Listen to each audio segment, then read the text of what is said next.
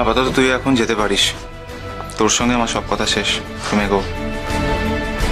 তুমি আমাকে কি মনে করেছো বলো তো সাহেবদা?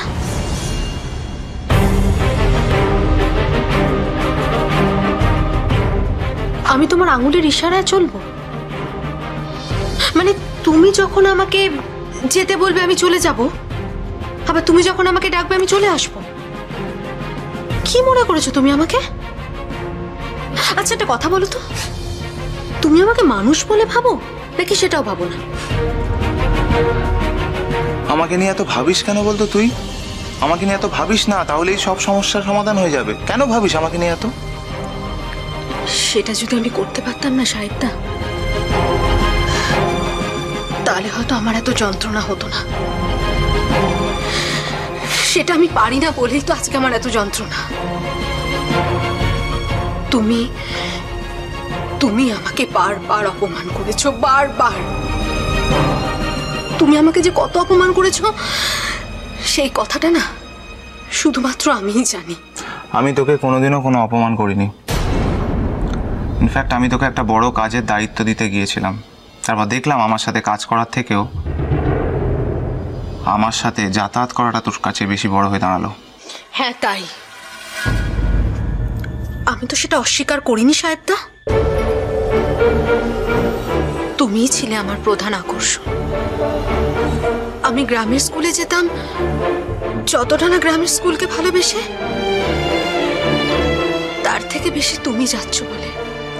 ওইভাবে আর যাই হোক কোনো কাজ হয় হয়নি, হবে না। সবাইকে যে কাজ করতে হবে এমন মাথার দিব্যি কে দিয়েছে সাহেবদা? তোমার ফুলচুরি তো তোমার কাছে এতদিন ছিল, সে কতটা কনস্ট্রাকটিভ কাজ করেছে সাহেবদা আমাকে সেটা বলো। চোখ থাকলে দেখতে পেতিস, স্বীকার করার ইচ্ছা থাকলে স্বীকার করতিস। তবে তোর সেটা নেই, আর সেটা তোর সমস্যা, আমার নয়। আমার নেই, তোমার তো আছে। আমি নয় কিচ্ছু দেখতে পাইনি, তুমি তো দেখতে পেয়েছো সাহেবদা। বলো ও কি করেছে? বাড়ির লোকজনকে আঙুলের ইশারায় নাচানো ছাড়া ও আর কি করতে পারে? ও কি জানে সাহেবদা?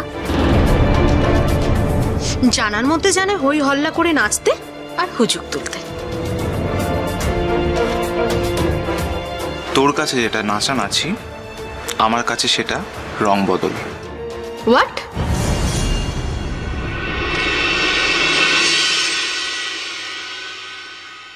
ফুলঝুরি যে কদিন আমাদের বাড়িতে ছিল, ও আমাদের বাড়ির সব বন্ধ জানলাগুলো একটার পর একটা খুলে দিয়েছিল।